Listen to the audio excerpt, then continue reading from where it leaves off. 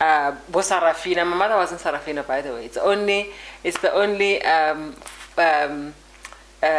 moving picture of her that is there.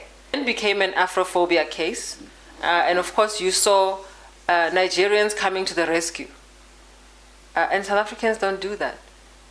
If he wants anything to be independent, he must go there to Britain and go get Edinburgh and a corner and a piece of that little island of theirs called Britain to go and be independent and cut his little piece of cake wherever. It has got everything to do with white supremacist thinking that we want to get rid of and obliterate in this country. I understand it's not a republic. Is there an official stance of Action SA regarding Orania?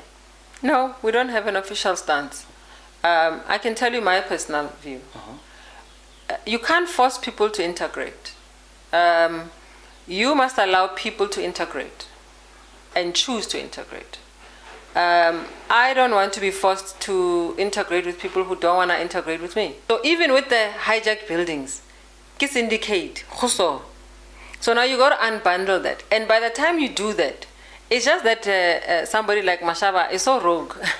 You know, he stopped caring, and he talks about how he doesn't. You said, well, people are taking the whole process to court. It's very funny, because the very same people participated in that process. They play, they lose, then they complain. Play, they lose, then they go to court. It's crazy. I mean, you don't even have to have been in Parliament. The minister will come back and say, I've considered your options. Sorry, we're still increasing VAT. That's not within our powers. And if that's what the minister will do and we've been hoodwinked, well, he didn't hoodwink us. He will have hoodwinked the people of South Africa, because he has made a commitment to say, I am going to consider these proposals.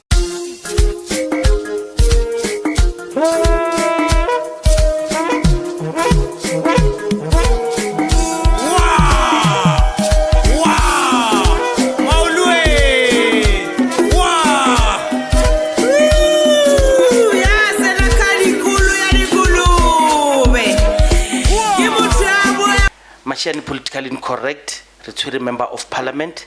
She's going to teach us about things that we do not know in Parliament, especially how parliamentary process work.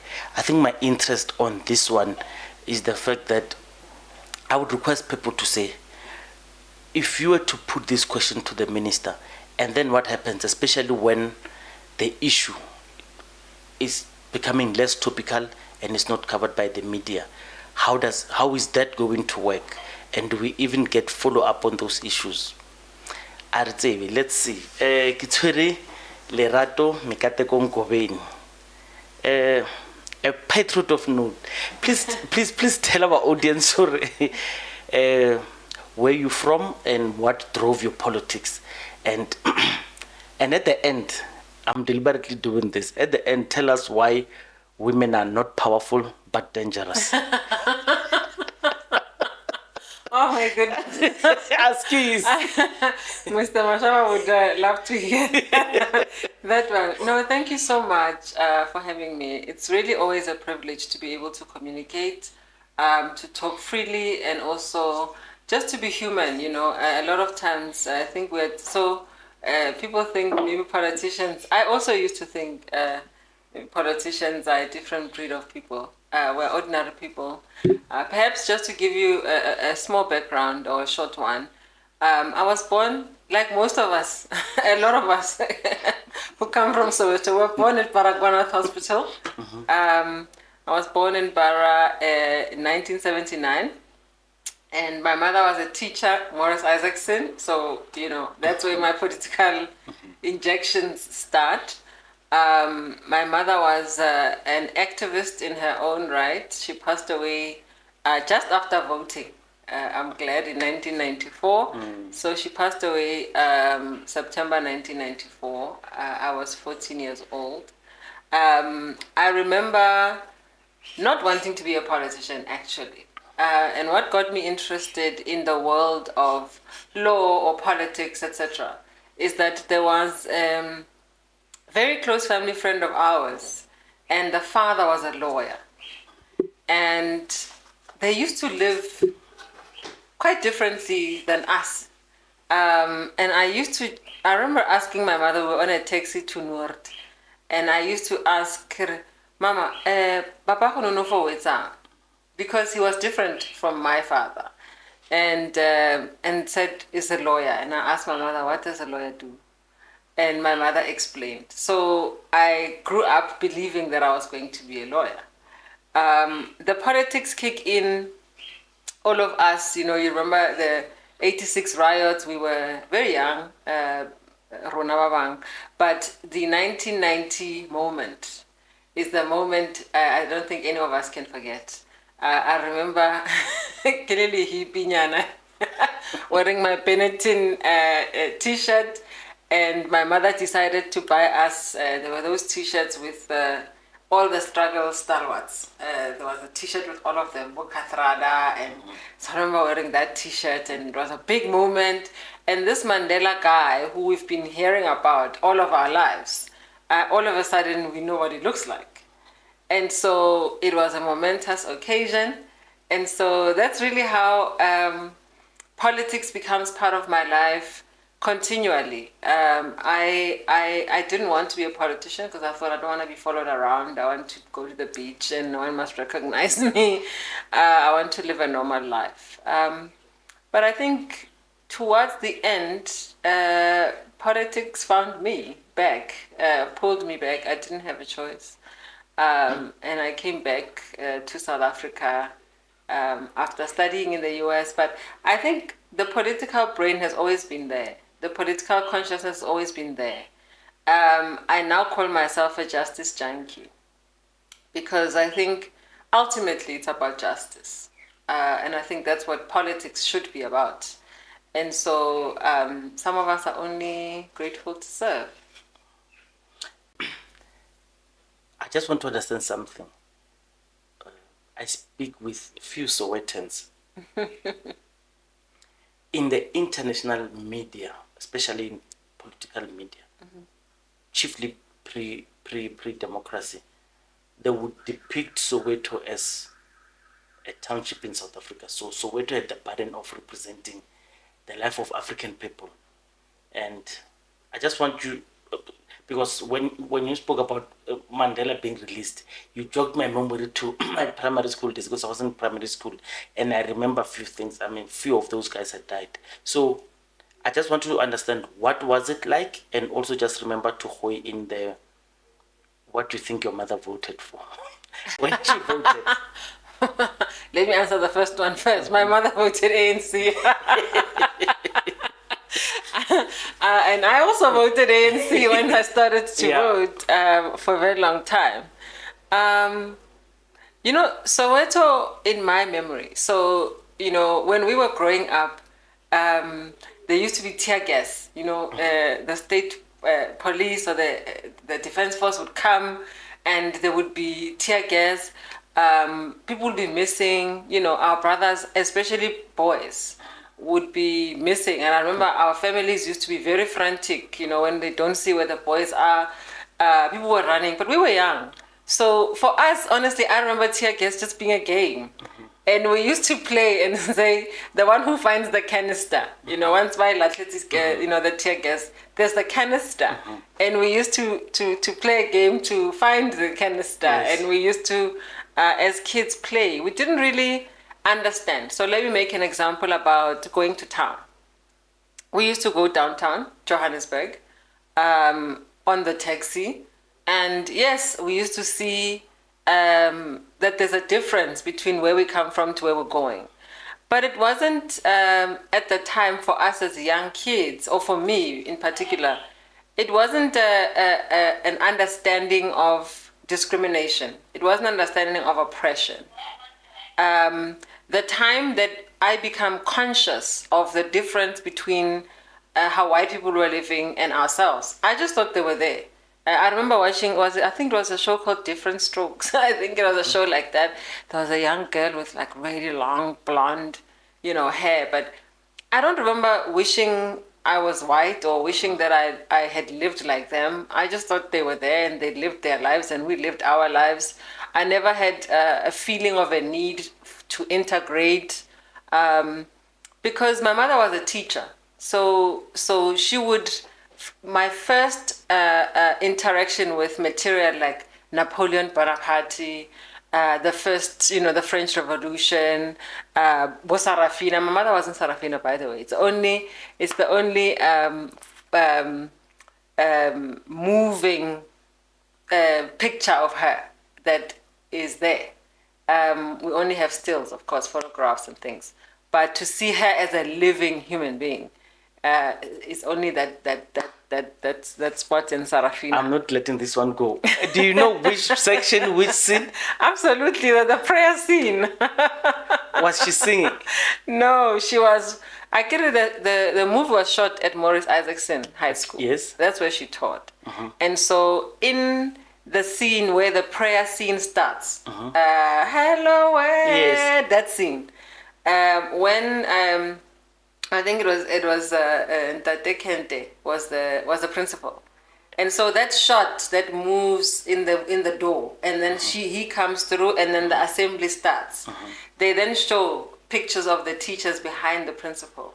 My mother is one of the teachers, but if you want to see her, she's the one who's wearing an all yellow outfit. That's my mother. I'll find it.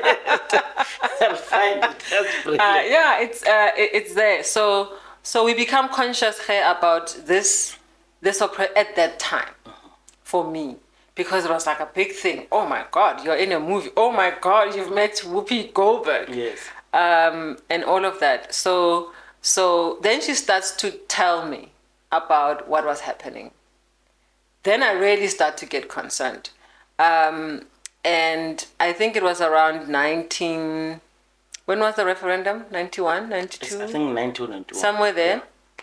Yeah. And the Model C schools were being opened up to all of us. To accept. And I remember just writing too many tests for my liking. Because we had to write what was called aptitude test. Yeah, in political correctness, they wanted to test your intelligence if you meet. Aptitude test. When you think about it now, you're like, oh my God, yes. And I just remember having to write these things, and I remember just being so upset because I loved my school. I went to Maponyane, a combined school, because on my primary school was Tumelo Primary School, because on and so it was at that time of Maponyane where we were now moving. So my family moved. In fact, Nerebatla movela to Don Park.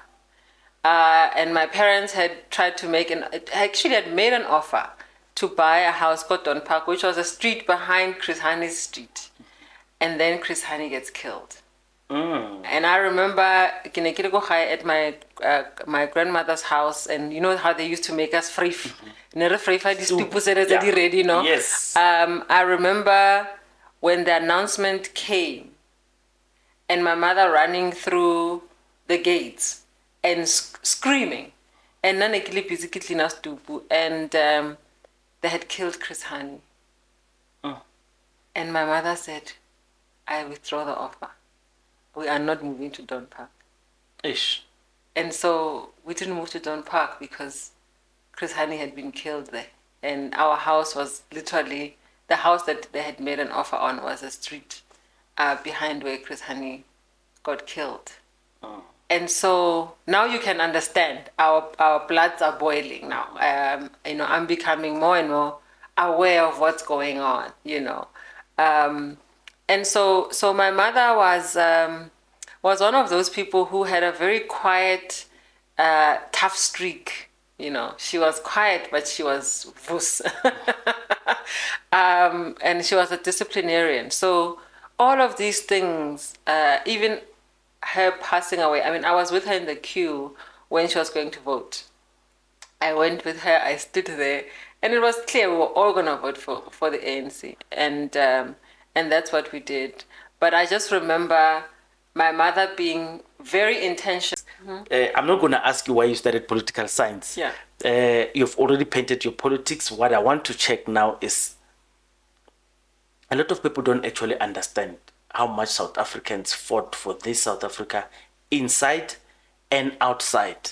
And there was a time in our politics where those with political credentials from outside South Africa would have been the ones. I mean, that was the highest pedigree. But you guys fought for. When I say you guys, I'm talking your family and everyone who was there. And even if people did not wear political colors, but South Africans, general South Africans, fought for this country with consumer boycott. People participated, and people want to ego. I'm trying to find the right word. Guilt trip you for wanting to be a patriotic South African who wants to defend the gains we made to protect South Africa. Chief in point is, let's just talk about these two issues, and I want you to unpack it however way you want to, because I've already spoken at length with Kwena. You can start with Chidima, and then we'll go to that guy called Phil Craig.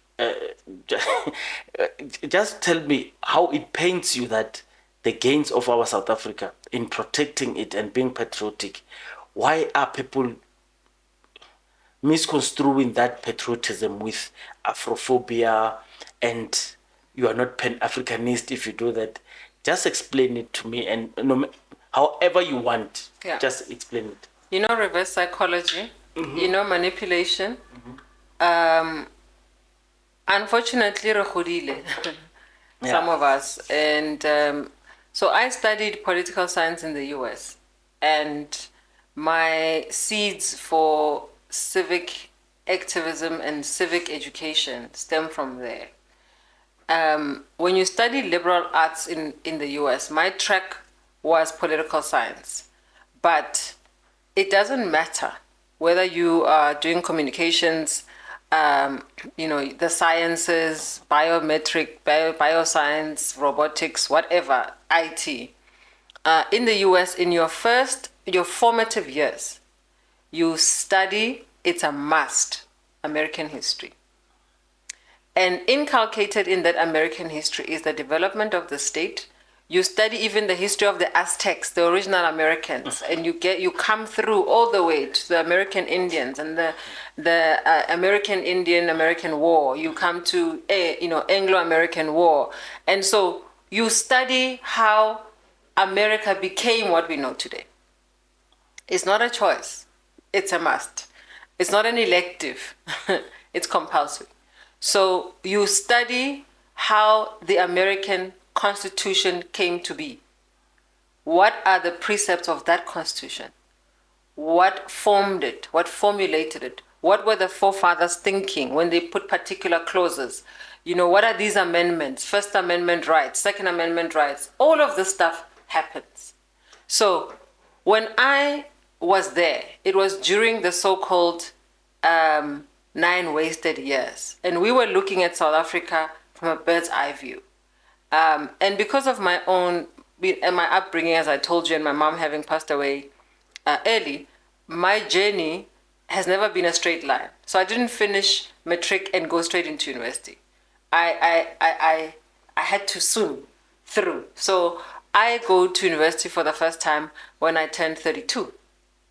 And so I always tell people there are many ways to skin a cat.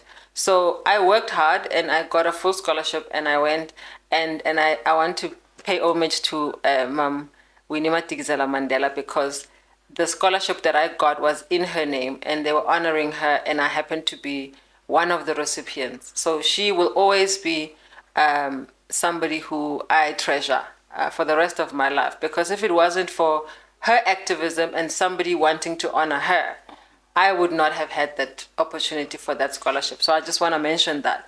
And so as we were watching what was happening to South Africa, I started to think, what are we missing? What is this thing? Why are we allowing this stuff to happen? In the US at that time, of course, now we've got the crazies happening. But at that time, you tried to be a high court, constitutional court judge. You try to be in public office, and they find, smolanyana skeletons, that our guys are saying smolanyana skeletons, when it's actually graveyards full of skeletons. Your campaign falls flat. It's finished. If they find, people always say, hi, moki momzanzi, baskator botaka di cherry bo makhapeni di side chick, in America, abakra side chick, you are done. Your campaign is done. Why is that? Americans have decided as a society, their social contract, to say, if you are able to have a side chick who lives next door to your wife, or when you go on holiday, you book her on the 5th floor, and you and the family stay on the 2nd floor. And then when you're on holiday with your person and your family, and you say you're taking a walk at the beach, there's no problem. You take a walk. Kanti when you're going to the 5th floor to go and be with your so-called other person, they believe if you can deceive the one closest to you, meaning your spouse, then you can deceive an entire nation. That is the principle. And so that is why people who have decided chicks, or it gets found out, the presidency is over. The Monica Lewinsky story, we'll never forget it. The presidency was over. With us, it's a joke. Oh, no, it's, we're Africans. Tiger, tiger.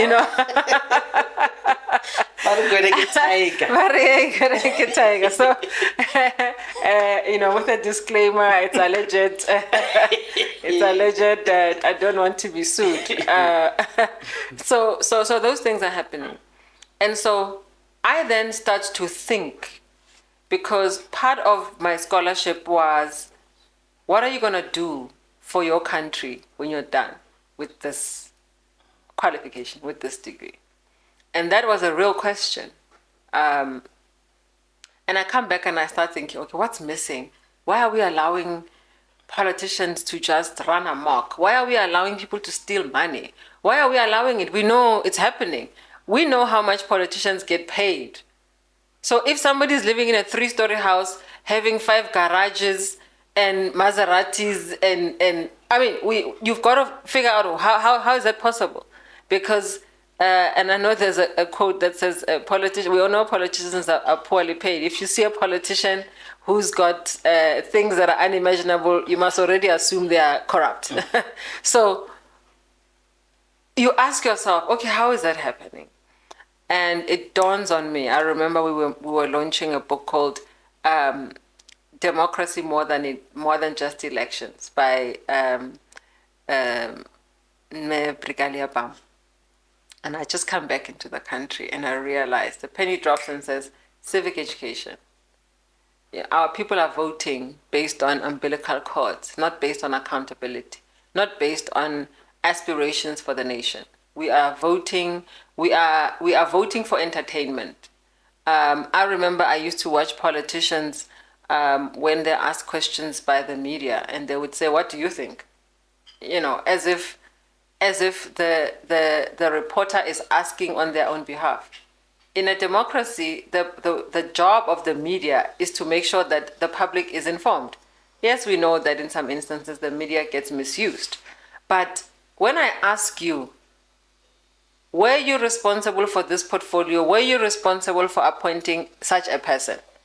And then you come back to me and say, do you think I'm responsible for hiring and firing in a department? You cannot answer a question from the media like that. It's your responsibility to answer the question. So I realized that we need a whole lot more. We need, our kids, any one of them, ask them, they don't even know Steve Biko. They don't know who Steve Biko was. Because history, and we are fighting for it. I do sit on the portfolio for basic education in Parliament. We are fighting for history to become compulsory in our schools. Because if we don't do that, we're going to breed a new generation that is worse than what we are experiencing. My 2000, I always say, oh my God, if the Lord can save us from 2000. Just do a social experiment. I've done it with my own family. Ask them, what do you want to be? What you've done 12 years of school. You mean nothing, no penny dropped. It's not their fault. It's what we have done. We thought we're raising kids who we want them to have better than what we had. And I think that's a wrong premise to raise children. I think you got to say, how are these children going to play out in society going forward? And so for me, that's what happened. So my real obsession beyond politics is civic education. And Chidima, what did we get wrong? And I didn't want to focus so much on Chidima, so I want to say this. So, and NUC do that. Please also answer the parliamentary process in terms of the questions. Yeah. How far are you, and what did the minister do, or what did the department do with your formal questions in Parliament? Just explain that part. So there are different ways to ask questions, and ministers are obliged to tell the truth. So we ask a question. I asked a question on Chidima to the Minister of Home Affairs. He came back. The citizenship issue was revoked. All of those things had happened. I got an elaborate response from the minister, and everybody was quite satisfied with the steps that we were taking as a country to resolve the issue. Of course, it became about this particular individual. So there's always a poster child for an issue. True. She happened to be the poster child to demonstrate that there are many, many, many fake identities for children in our country who are in our schools, and we must pay for them, etc., etc. The other option is to ask oral questions in Parliament. And I can stand up, I get my chance, I can ask a minister a question, and the minister is obliged to answer truthfully. What has been interesting with the Chidima case is that it then became an afrophobia case.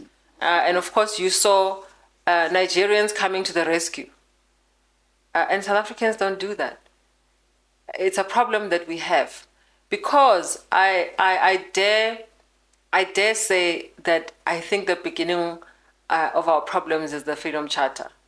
This idea that South Africa belongs to all who live in it. It's being abused. It's being abused by people, and we know they've helped us. And we know that it took, entire continental efforts. It took entire global effort to help us end apartheid. We know that. But there is no way that skoloto sa teng se perpetual. There is absolutely no way. And if you don't have, a love for your country is the same as loving yourself. Saying, I look after myself. I don't just wake up and just start running and roaming the streets, like some of these folks you've seen walking around Kadikau, Mostrating, Love for oneself is the beginning of being able to love the other. So the idea that our patriotism is somehow Afrophobic or a hatred is just a distraction from us dealing with the real issues in our country. I personally have seen other nations being very patriotic about their own country. And all of a sudden, when it's South Africans. And I'm one of those people. I even say all the time now, I think I'm fairly educated. I think I understand the meaning of words. And xenophobia is, there is no patriotism or love for country in the definition of xenophobia. But if they want to include it, because language is constantly evolving, if they want to include it, they must put it in the Webster dictionary and we'll treat it as such. But at the moment, patriotism is love, honor, and respect for one's country. We want our people to love and honor and respect our country, but we want those who are coming into our country to respect our country and obey our laws. It's not a free-for-all. And South Africans must never, ever, ever, ever be duped, manipulated, or reverse psychology induced to believe that fighting for what is correct and right for our country, citizenship is a big thing. That's why people fight for it. That's why, for example, in other countries, you do a citizen's test before you even get that citizenship. It's not just a case of living there for 5 years. You get a citizen's test. You must know the history of the nation. What is important to that nation? How do you plan to contribute to our nation?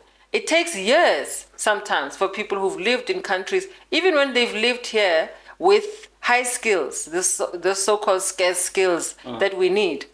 Even for those with those very same scarce skills, they have to go through that citizen test. So in this country, I get who said we must be guilty forever. Pela, how kile wan tusa? Wasn't it you were helping me to self-actualize? So now ke hokolota for the rest of my life. That is abusive. That's actually evil. And my take is, at some point, we're going to need a government that's going to go and ask everyone who's helped us, how much do we owe them? So that we can just put it on the books and then pay them back. And then can they just leave us in peace to figure out what is happening in our country? And just finally on this point, because something I'm very passionate about, is that, at some point, you get to a place where you say, here and no further. Honestly, here and no further. We want other nations. Le nna ke batla go ba le opportunity ko Mutare because I've got scarce skills for Mutare. I want to be able to go to Mutare, but I can't. I'm stuck here.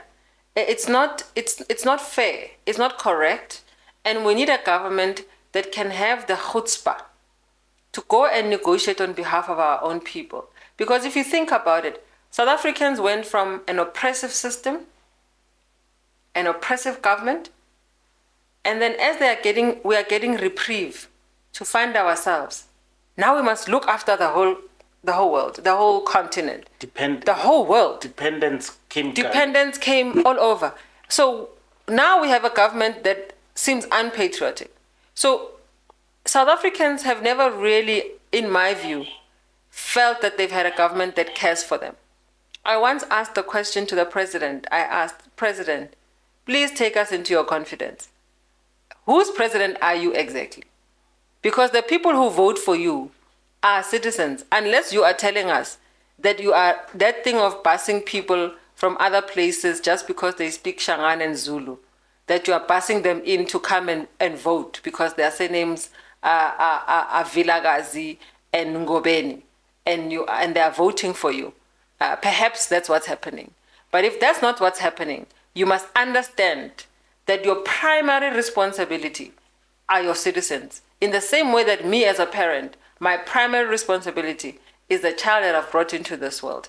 And so it is important for us as South Africans to honestly put these guys on notice, put all the government on notice, everybody on notice to say, we are no longer going to accept being abused. And you see it with all the videos that are doing that. I definitely guarantee you will not be going to Ghana and go and swear at Ghanaians and get away with it. You're not going to go to Nigeria and swear at Nigerians while you are sitting in Nigeria. You're not going to go to Pakistan. You're not going to go to the UK. You're not going to go to America and swear at Americans and get away with it. Look what happened to our ambassador who was sent packing.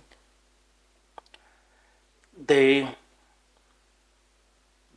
haters of your politics of patriotism want to paint a picture, and they use conveniently the afrophobia and pan-Africanism to say you only target these ones because they are a low-lying fruit. And you are taking on Phil Craig. Please explain, and just for people, who is this man and why do you believe? Because he's not patriotic, because he does not.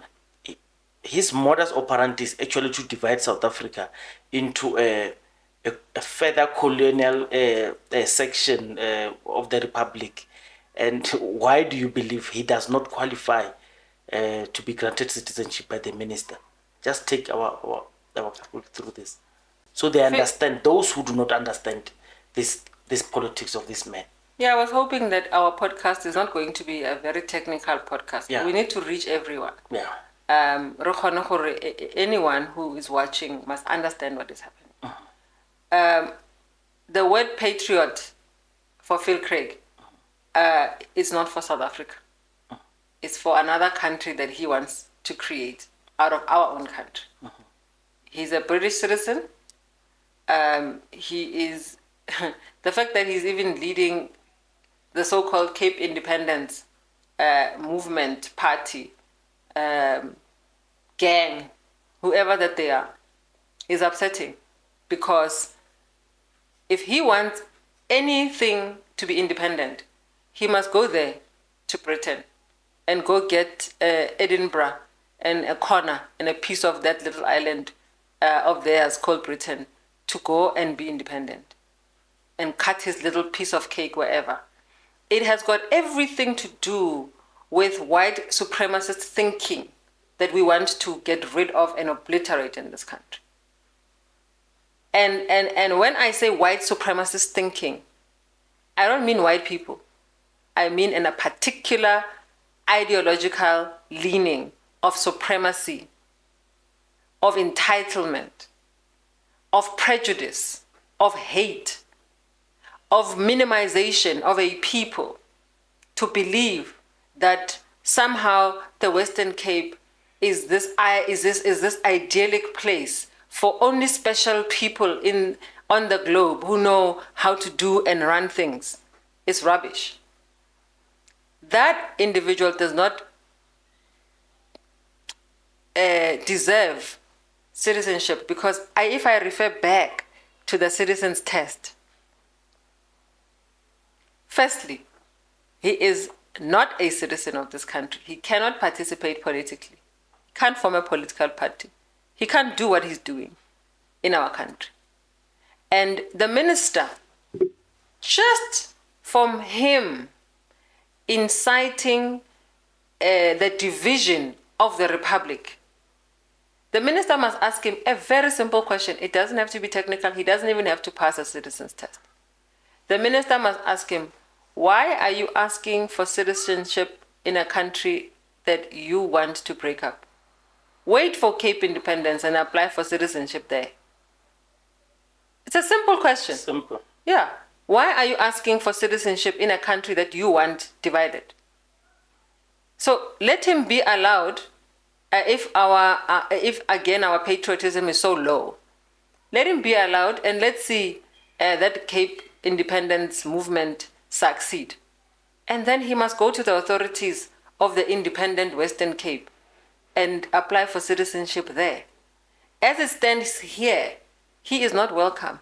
The South African democratic project is still young. We are trying to figure ourselves out. We don't need voices of detractors and dividers and haters, even more so when they're not even citizens. Where in the world have you seen that? I make the example again of our former ambassador to the United States. The guy didn't even last 24 hours having said what he said against the President of the United States. And he was sent packing. So if we want people to take our country seriously, those are the types of actions we've got to take. We can't elevate human rights, so-called, over logic, over what is right, over being patriotic, because there's nothing inhumane about sending him packing. What is inhumane about that? Because you're not beating him, you're not detaining him in inhumane conditions, you're not violating any human rights, you're not doing any of those things. You are simply denying him citizenship, which is within the wherewithal of the minister. I don't even know where the Cape Independence is registered, because IEC cannot register the leader who is not a citizen. You can't vote in this country as a non-citizen. So how is this man allowed to roam around and be protected by whoever? We have asked the minister that question.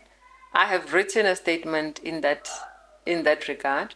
I don't want to give this particular individual airtime, but like we went after Chidima, and this is the interesting thing, like we went after Chidima, and everybody went after Chidima.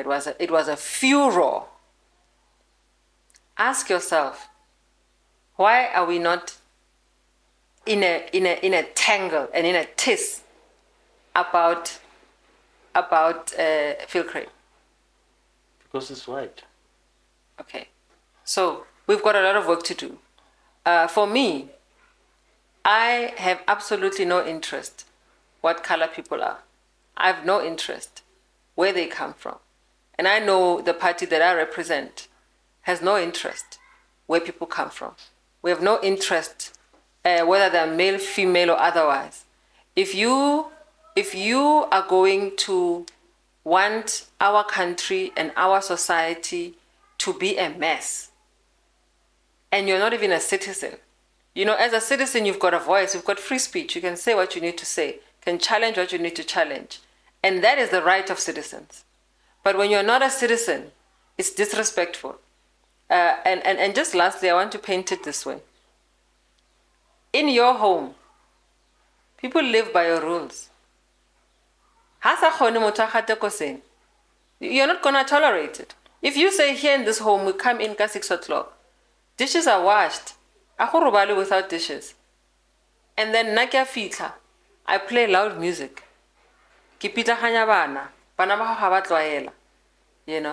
At some point, there's no way you're going to tolerate that. You're simply going to sit me down and say, Ausi, really kill. But I think it's genoeg. And it's your right to do that. Am I going to take you to the Human Rights Commission because ungubile? It does not work that way. And more we must use common sense. And so it even is more infuriating, the answer that you are giving me to say it is because he is white. We really need to break those chains because that is absolute nonsense. Not in 2025 and 26 and 27. We've got to break those chains. And I think Steve Biko tried to help us do exactly that. Has Action SA ever took a stance about what is the sentiment about Orania as an existing conclave of white people? Because I understand it's not a republic. Is there an official stance of Action SA regarding Orania? No, we don't have an official stance. I can tell you my personal view. You can't force people to integrate. You must allow people to integrate and choose to integrate. I don't want to be forced to integrate with people who don't want to integrate with me. I don't think that that's something we must force. As long as they are not violating anyone, in my view, if they're not violating anyone, it's their choice to do that. If they choose to live in their particular corner there and do the right thing, and who thinks about Orania? I personally don't think about them. I don't think about whether Orania exists or not. I don't even know where it is. I've never even been there. So if people feel that Bona, they want to live a particular way, as long as they are not violating us or they're not violating other people and they're living, let me give you an example of the Amish religious group. The Amish, they live the way that they live. They have their rules, and those who subscribe to the Amish, live the way that they live. Take Batoko Moria, Batoko ZCC. They subscribe to that lifestyle, and they live there, and they have their own, it's a whole city there. It's an entire infrastructure. They choose to be there. Not to say that you are encouraging separateness or separatehood. Obviously, our constitution does not subscribe to that. But I don't think that we should be obsessed with things like that. The majority of South Africans want to live together. They want to live in peace. They want justice. The people who are living in Soweto, the people who are living in Alexandra, they want water. They want services to be delivered to them. They want roads that work. They want less crime. We all want the same things. They want the same opportunity. They want to choose whether they want to live, go phase 1, or go phase 80, or go phase 4, or go phase 2, or they want to move across to Lombardy, which is now being decimated by people who are unpatriotic and who are syndicates and who are criminals and who are destroying our communities. Lombardy was like a haven for the people of Alexandra who wanted to upgrade.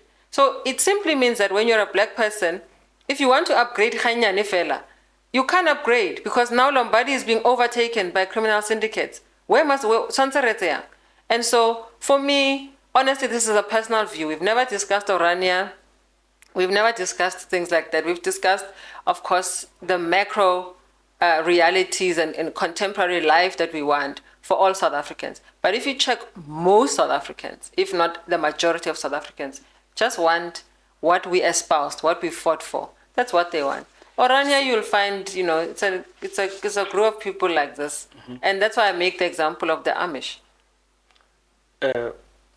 Mashaba has been vindicated many times, and I remember when the first fire broke in Johannesburg, and then subsequent ones came, and I kept telling people that, Herman Mashaba was right about the reluctance of our politicians, of our bureaucrats to dealing with hijacked buildings. And like he said, it's not difficult to eradicate. It's not difficult to pinpoint the culprit. It's just there's no political will to do it. And we lost lives. And I know you don't have a city that you are controlling in terms of numbers where you are the whole council votes with. It's just the majority that is negotiated. Before elections, I spoke to a few individuals of Action SA who told me the deliberate plan to go and rescue these hijacked buildings and bring them back to the city coffers, or maybe either they sell them. There was a concerted effort to do this plan, and it's brilliant. And I'm just not seeing it going through because of there are people who are allegedly eating with those things, and because they become friends of Action SA, it's very difficult to dismantle. And because of Action SA numbers, I don't see 2026 giving you any municipality outright. It's going to be very difficult for you to, for us to see the real policies, the real ethos of what patriotism feels like. Started by Mashaba, of course. You say it, a lot of people say it. I can tell you, and a lot of viewers will agree with me, Dr. Nasiphi is one of the best mayors in South Africa. They love her. They love her working ethic. Are you not going to be hamstrung by good policies that you cannot live out because you've got friends with shady people politically? I don't know how you're going to start. Maybe let me underscore it by saying we don't have friendships with shady people. Mashaba is the first one to say, I'm not in politics to make friends. Mm-hmm. I'm in politics to contribute to society. Mm-hmm. Dr. Moya is doing a fantastic job. And I want to underscore it by saying this. What Action is saying, what we are doing in Tshwane, is what every municipality deserves all over the country. It's not about the individual Dr. Moya. I don't want, we must get out of that.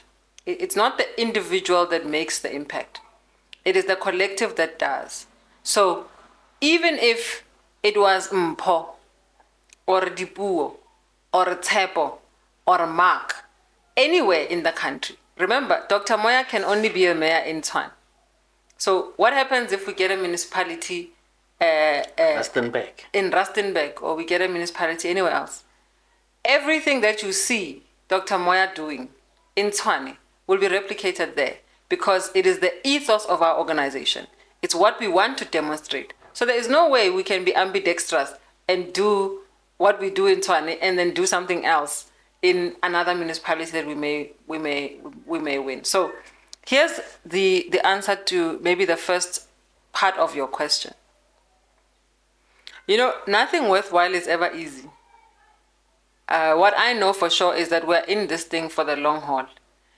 There is a saying, one of my mentors, I don't remember which one it was, but, and of course it's a spiritual one. It says that the depth of the gunk from which you come, it's going to take the equal depth for you to overcome it. So if you think about a tree exists in two worlds at the same time. There's the underground stuff that you don't see, but it grows deep. By the time, and it takes longer actually for the underground, for the root to go as deep into the belly of the earth for that tree to stand. By the time it shoots up, it's actually the quicker part. It's very quick for the green stuff to come up because it gets pulled by the sun, which is easier. But to push through the ground, the rock, the sand, the soil, to cut through the earth is much harder than what it takes for the sun to bring up the green part of the tree. So I use that analogy because for us to break through an entrenched system that we've had, not just for 30 years, but including the years of apartheid, where oligarchs, where corruption, make no mistake, apartheid was a highly corrupt state, highly corrupt. So for us to build a new society, it takes hard work. It takes hard work for us to do that. And I know that as a party, we're in it for the long haul. It may take us longer. People never believed. In fact, people wrote us off after 2024 elections when the results became what they became. And look what we've been able to achieve, even with that election outcome. So when you talk about the issues of buildings, we've now got the Expropriation Act now passed. It's always been there. You could always expropriate. Now it's law. It's direct. We must be able to go and expropriate. And so what is important is for society to scream out for it. You know, once society screams out for it, we all know who perpetrators are. In our communities, we all knew Maginza ki bo mang. You know, we all knew gore bo Maginza ki bo mang. We all know who the perpetrators are. And so we don't need political will anymore. We need political courage. And so if I was the ANC and I've lost as much as I have lost, and the people have communicated with me that you are no longer going in the direction that we wanted, that you had promised us, and I'm sitting at 40%, I promise you my reset button would be so quick fast if I really wanted to regain electoral support or regain the public trust. If I were them, I would seriously do that. But unfortunately, some of them are in so deep that they can't. But the only people who can change what is happening in our society are South Africans themselves. The minute we as a people realize with that vote, so wait for 2026, and if people are not doing what they're supposed to do, it's the only way to measure the KPIs of political parties, to measure what we say we're going to do. Dr. Mashaba always says, his grandfather used to say, don't tell me what people say they're going to do. Look at what they actually do, their actions. So politicians only hear one language, or most political parties, especially the large ones and the entrenched ones, because they take it for granted, you know. I always use the analogy of an abusive partner. You know, the day that you leave an abusive partner and you say, here and no further, the chances that you're going to give a new one the same latitude that you gave that one are very slim, because now your wits are about you. The red flags, you see them quick, fast. You know, you make decisions faster.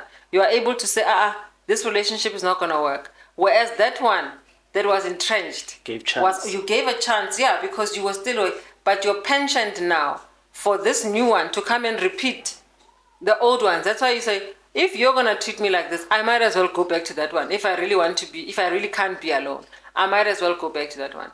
So I do believe that competition is a good thing in politics as well. You know that competition, even in the markets, is better for consumers, because prices, they offer you different prices. You get cheaper prices here. They give you the rewards card. They fight for your space. And so the way to punish conglomerates or business, commercial entities is to not buy from them. You boycott, you don't buy from them. So the same thing you do with politics. And our people, this is why I talk about civic education. We must be pragmatic if we're going to build this country and properly. And forget about, those things belong in school. Those of us who learned about what communist ideas were like.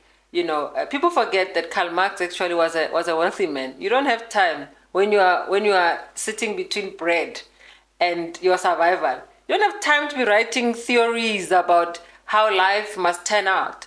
So we definitely need to make sure that our schools teach better.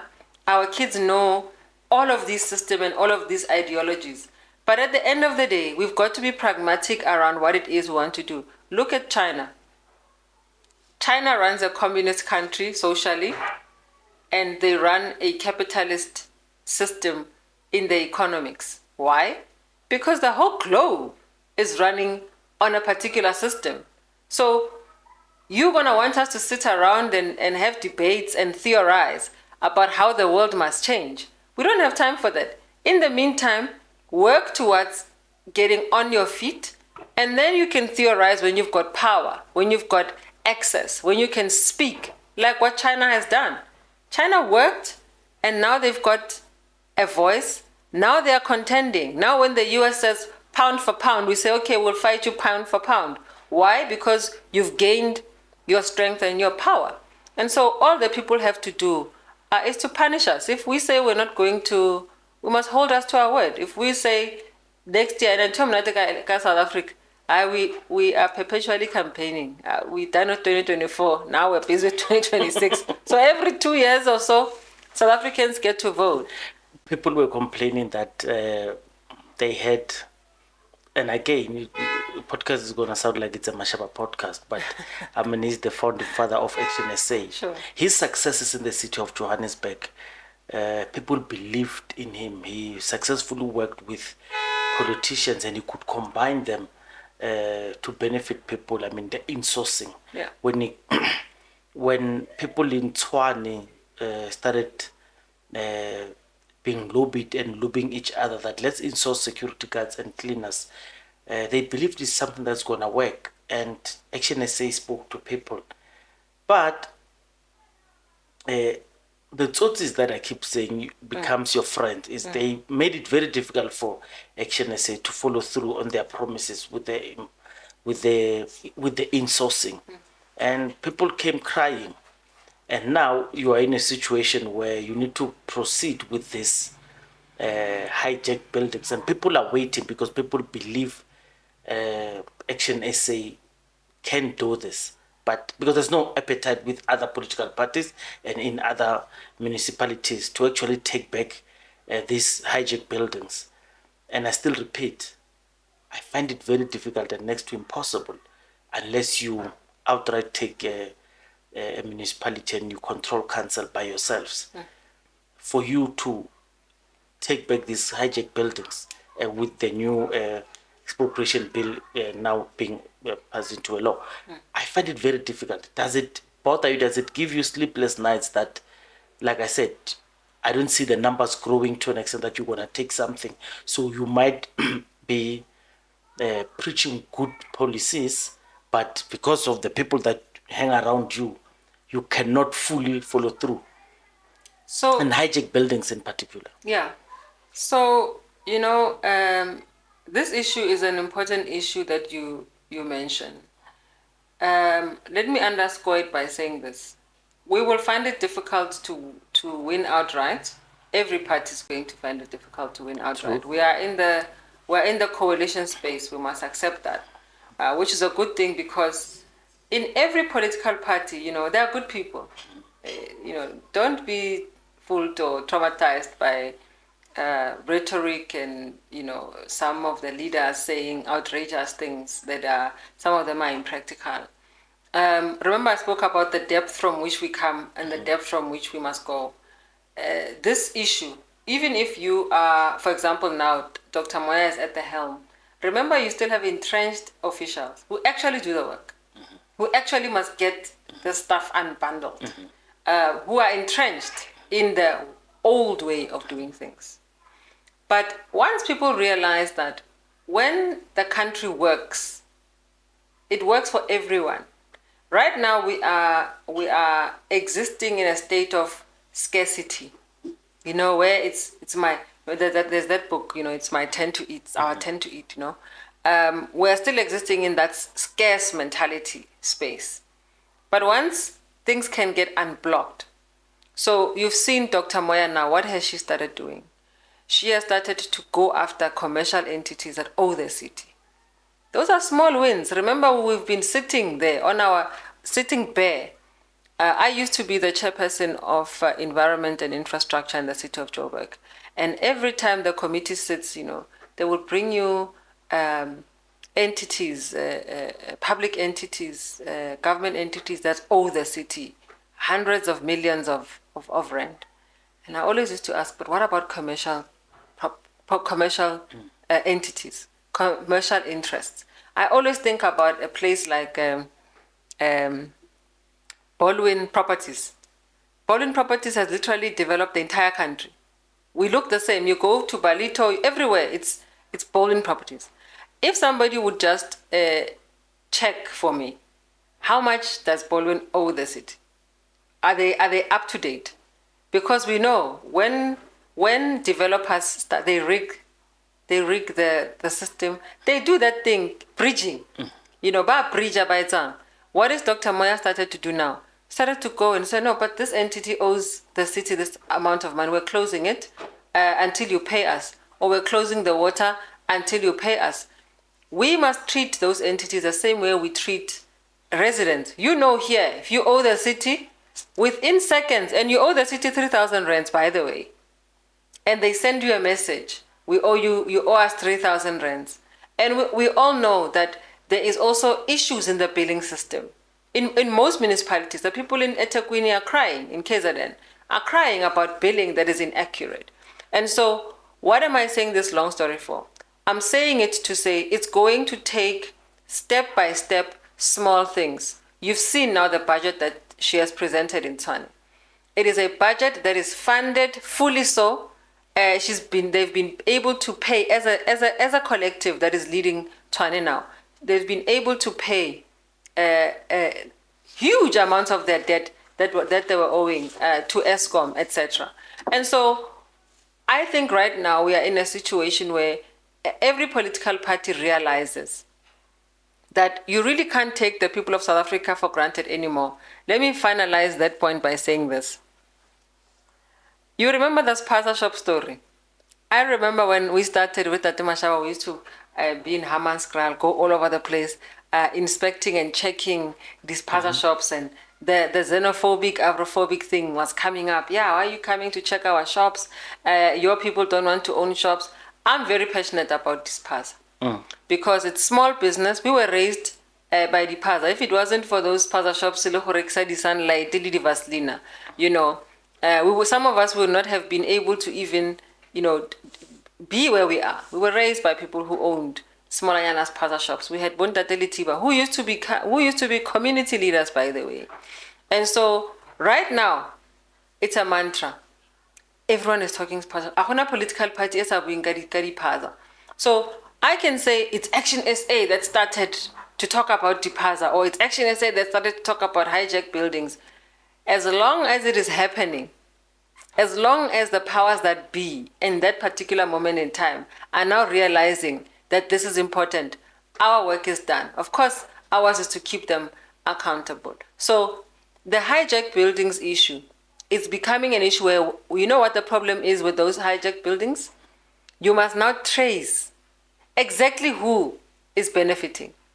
You must trace them. And you can't do it. These people are sophisticated syndicates.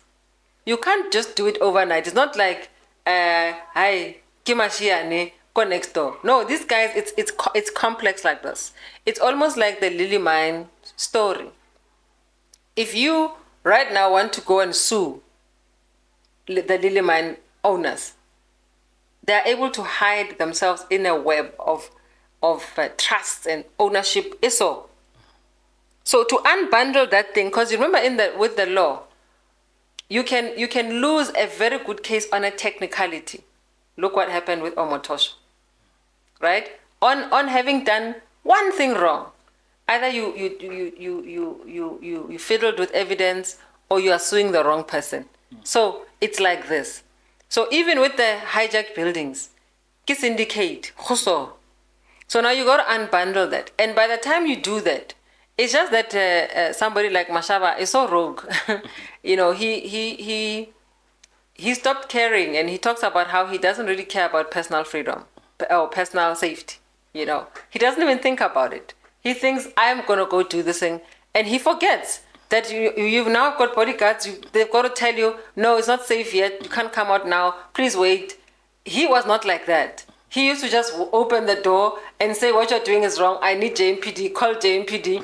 These people are selling meat. Our people are going to die because this food is contaminated, and so on and so forth. Everybody doesn't work like that. And he wasn't afraid of being called names. He wasn't afraid of being taken to court by whether it's human rights folks or whatever. So this issue of hijacked buildings, it's happening, it is starting. And Moya is not playing. Her team is not playing. I think that entire Meiko realizes that if you're going to renew Tshwane, I've seen a lot of social media posts, people saying, hey, you know, strata, it's becoming clean. You know, something's happening. We quite don't know what it is, but it takes bit by bit, chunk by chunk, because we come from such a depth of debt and gunk. And for us to fix that, it will take some time. But at least the political courage is demonstrated in Tshwane. It's beginning to happen. The same thing happened. It's not a miracle what happened there in the Western Cape, in Cape Town. They started out like that. And so today they say, no, it's a city on a hill. Every city in South Africa can be a city on a hill if it's got the right leadership. Mashaba, again, when I had the chance to speak to him, I asked him, are you regretful of having trusted the DA into moonshotting you away from ANC, and they went behind your back and made plans with them and GNU'd you out of power? He said, no, it's not it's not a mistake, because he calls it's not a mistake because it was a decision. But when I spoke to Lerato Ngobeni, of course, he admits it's a mistake, having trusted DA. And with the recent parliamentary gymnastics, now we know that he has learned his lessons not to trust DA a lot. But then people are saying he saved the country, he saved the VAT, now we've got a budget. But others are saying Action SA was hoodwinked into the Tsotsija ANC because they are untrustworthy. That VAT is 0.5 tricked Action SA into supporting something that is not there, and hence people are going to court. So it's very complex for us who are not members of parliament. In layman's terms, consistent with what you've been saying, just try to paint a picture and don't complicate it. What happened, and do you think if something is dishonorable, it has to be the ANC and not yourselves? So let's start with the moonshot multi-party charter, so-called. It was not a mistake. It was, and first we didn't trust the DA. We never trusted the DA. We never trusted. You don't trust political parties that you work with.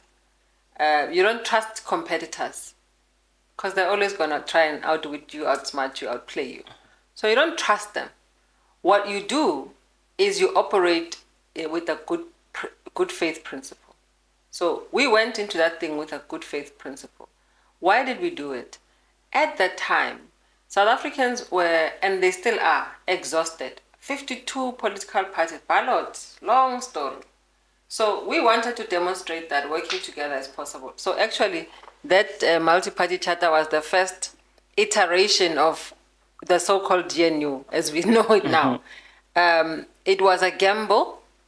We took the gamble because we wanted to demonstrate that we could take our own interests out of it.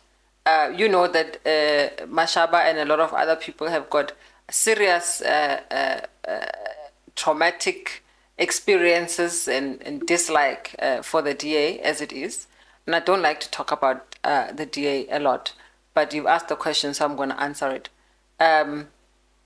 But to say I can take my own self-interest if it's going to benefit the country, right? So that was the first iteration of this today's GNU.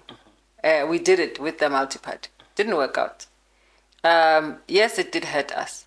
But they were not the only people who hurt us. The emergence of MKP came in, hurt everyone. Because South Africans are looking for something. And what is beautiful about what is happening in our country, in my view, is that we are growing. You know, all this push and pull that we're doing.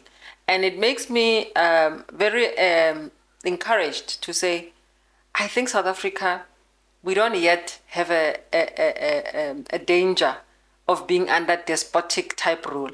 Our people will always shift. Our civil society is strong. And so that's the first part of your question. Being hoodwinked, we held a press conference straight after the parliamentary vote. And we made it abundantly clear to South Africans. We voted for a budget framework with the proviso that South Africans can be saved from a VAT increase. People say, no, that's unlawful. When you said, well, people are taking the whole process to court, it's very funny because the very same people participated in that process. They play, they lose, then they complain. They play, they lose, then they go to court. It's crazy. I mean, you don't even have to have been in parliament to understand process. Let's just be layman. You said layman's terms. Let's be fair. You go to a portfolio committee. What those detractors or those people who are saying what they're saying now, the easiest thing for them to do to delegitimate the process was just to collapse that meeting. Don't show up, break the quorum. Let the meeting not correlate. If a meeting doesn't correlate, meaning you don't have 50+1 people who are members of that committee, who are voting members of that committee, not attending, the meeting doesn't sit. So it doesn't sit. So they came, they participated in a democratic process where you say yes or you say no. They said no. Then they proceed to Parliament, the National Assembly. They come in, the Speaker asks, do we correct? Yes, we correct. Okay, not all members of Parliament are attending, but we are correcting. They say, who's voting? Worst part, it's them who asked. We want it to be voted individual. We don't even want hands. We don't want us to be counted as a bulk. Normally how we vote in Parliament, they will say Action SA, and then I'm the Chief Whip, I'll say Action SA 6. So because it's my members, there are 6. And then everybody else will do the same. This time they said, no, they don't even want that. They want it to be, I must say, Lerato Ngobeni, yes. So we did that. All of us. They agreed on the rules. The rules were there, and it was all in full view of South Africans to see it. Parliamentary monarchy, because it's televised. In camera. Right? So they vote, they lose, they walk out. They should have walked out before, so that sitting doesn't sit, because we would not have corrected. So they participate in a democratic process. Now they've lost, they've got sour grapes. Had they won, would they have taken anyone to court? If things had gone their own way. Why? Because what they were voting for, or what they were bargaining for, was not about fighting for VAT for the people of South Africa. They were fighting for other interests. They are fighting for other things that had nothing to do with saving the people of South Africa from a 0.5 VAT increase. Now you ask us, Action SA, I'm going to say this. We, at the press conference, made it abundantly clear. If the African National Congress believes that this is one of their moves and that they have hoodwinked Action SA or other members because not just Action SA that has done what we have done. And we have given proposals to the minister, who has assured us that he's looking at those proposals and that he will try, they were going to do what they can to save the people of South Africa from having a VAT increase. Somebody wrote to me a text and said, my bank has sent me this notification. You are telling me that there will be no VAT. Who must I believe? Now, actually, I didn't say there will be no VAT. We don't have powers to do that. We've got 6 members of parliament. The minister has the powers to do that. What we said was, we need to vote for a budget framework that puts our priorities, how we're going to do things, in check. But we're saying that framework, we're only supporting you on condition, which is allowed, by the way, to come back. So Parliament will go back and sit. The minister will come back and say, I've considered your options. Sorry, we're still increasing VAT. That's not within our powers. And if that's what the minister will do and we've been hoodwinked, well, he didn't hoodwink us. He will have hoodwinked the people of South Africa, because he has made a commitment to say, I am going to consider these proposals seriously so that the people of South Africa don't have to pay for the mismanagement. It is them who have mismanaged state resources. It is them who have chowed the money. So I jokingly say, there are many ways to recover this money. Let the politicians with their 3-story houses, let them be taken, let them be sold. Let their 5 garage cars, let them be sold. Let their side chick apartments be sold. And bring the money back into the state coffers. It's time for them to pay the people of South Africa back. They've been chilling on the gravy train for a long time. So we've made proposals, tangible proposals to them to say, enable SARS to go after the people who must be paying into the fiscus, which they are not. We know that people are evading tax. The easiest example I can make, Mam Kize. How many Mam Kizes are there who are evading tax? How many big conglomerates are cooking their books to not pay the level of tax that they need to pay? Musi Maimane made an interesting suggestion to talk about the gambling industry. It's a R1 trillion industry. They only give back into the fiscus about a 5 billion rand. That is nothing. They must be gone after to pay the proper tax. So all of those suggestions have been made. And so when the minister comes back, it will not be us who will have done anything. Rona, we have put our hand and our heads on the guillotine to say we will fight to advocate for the people of South Africa not to have VAT. When the minister comes back and he gives us VAT, then it's the ANC that has to explain to the people how they came to that. Rona, we will, what we've given is still under consideration. The beautiful thing about modern life is that everything is in black and white. So we have written, and we will simply show the people of South Africa, this is what we said could be done. This is what where we said the money could come from. These are the suggestions that we have made, and the minister has declined them. So how is that an Action SA problem with 6 members in parliament when you've got the ANC with 159, DA with 87 or whatever, MK with 58, all of these, and you come and you want to blast us with 6 members?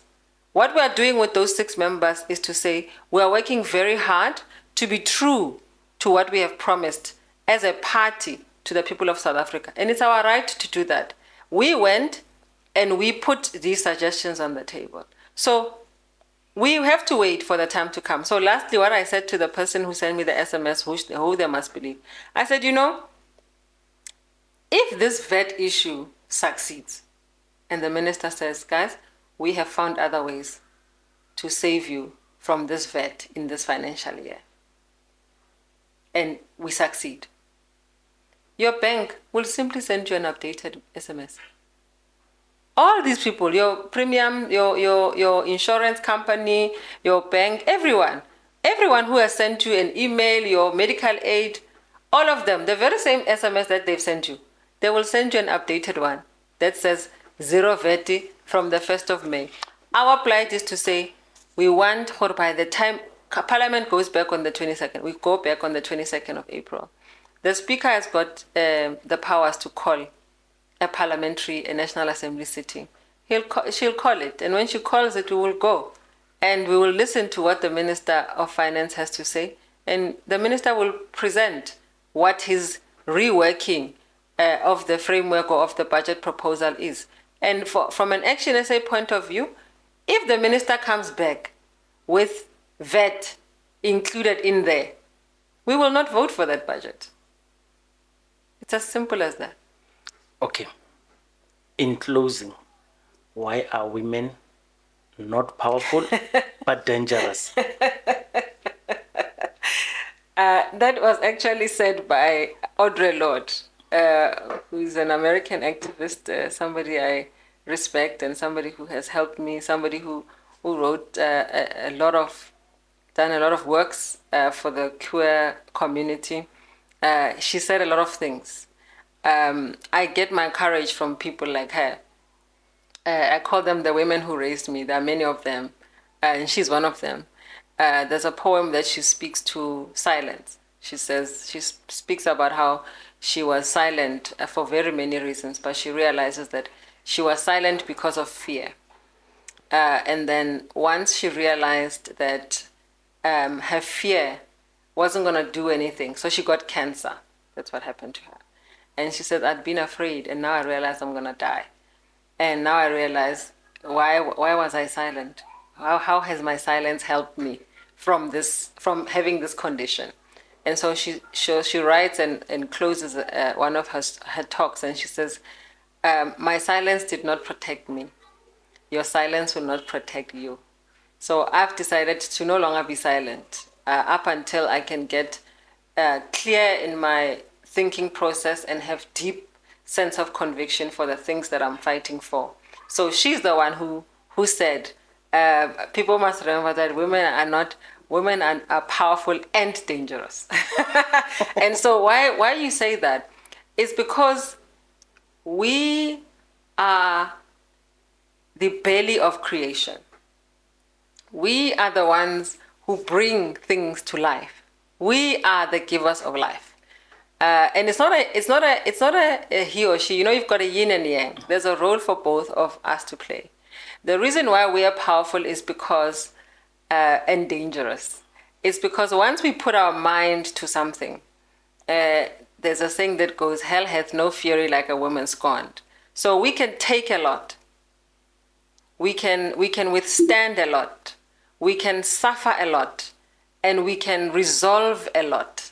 But once we decide to either change or challenge or fight something, that's when we become dangerous. So we are both powerful in that way, in that we can weather the storms, we can push through. We can push through, you know, those babies to come out of us. And then we can fight for them. And in that way, we are unstoppable. There's nothing more powerful than a woman who's fighting for her children. So that's why the world or lands called Mother Nature, the Mother City. They don't say the Father City.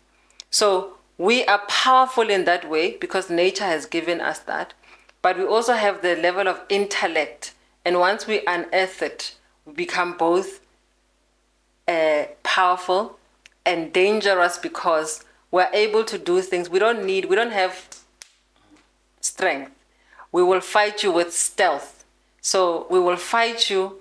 You know, they say when a woman is finally divorces her husband, she does it 2 years before. She takes time. When the time comes, you are none the wiser. Because by the time I say I'm gone, you are hit upside the head. You don't even know what just happened to you. Because we use strategy more than we use strength, physical strength, because we don't always have physical strength. And that's how I think about that quote. Yeah. But I knew I shook some people when I said that, but it wasn't my quote. Yeah. It actually is attributed to the powerful and dangerous Audre Lorde. Let me be unfair on you because of I'm closing. Ke hopela yes or no. Are you a feminist? Yes. Okay. My dear political incorrect, I'm gonna close this one. You'll realize I did not ask a lot about feminism. I'm tempted to, but I'm not going to do it. I have not asked a lot of questions that I wanted to ask Chiefly because I mean this is the first interview and it's already long. Let's hope she'll come back. I will. We there's a lot of things to explore on this relationship of Action SA, and I'm glad she gave us her time. Let's hope she comes back. Lerato ka leboga. Thank you so much. Thank you. Then I can Anytime. Ntse ke le mpha fela yana.